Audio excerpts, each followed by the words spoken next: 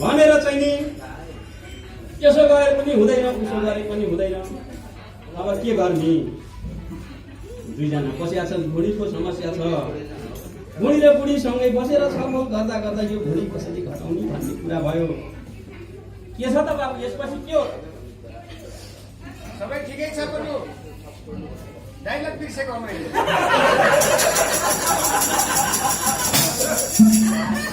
यस्तो लाउकेलाई लिएर हिँडेर पनि हुँदैन।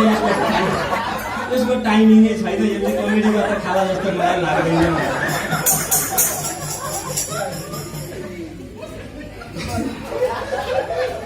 अब के छ त भन्दाखेरि आज जन्मदिन भएको हरिलाई चाहिँ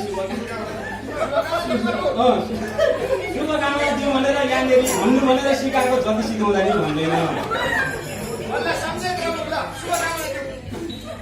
अब के छ त भन्दा हरिवंश र मदन कृष्ण सँगै बसेको बेलामा घरमा बसेर फेरि किरण केसीले पनि मेरो नाम लिएन भनेर पुलुक्क पनि हेरिरहेको अवस्थामा सबैजना बस्ने मान्छेहरू सबैको रोभरमा अब शुभकामना दिहालो, ए सबले भन्दा शुभकामना दिहालो, शुभकामना दिहालो।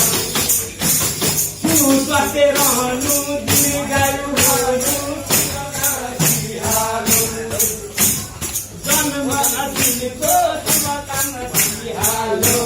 मदन कृष्ण धन्यवाद।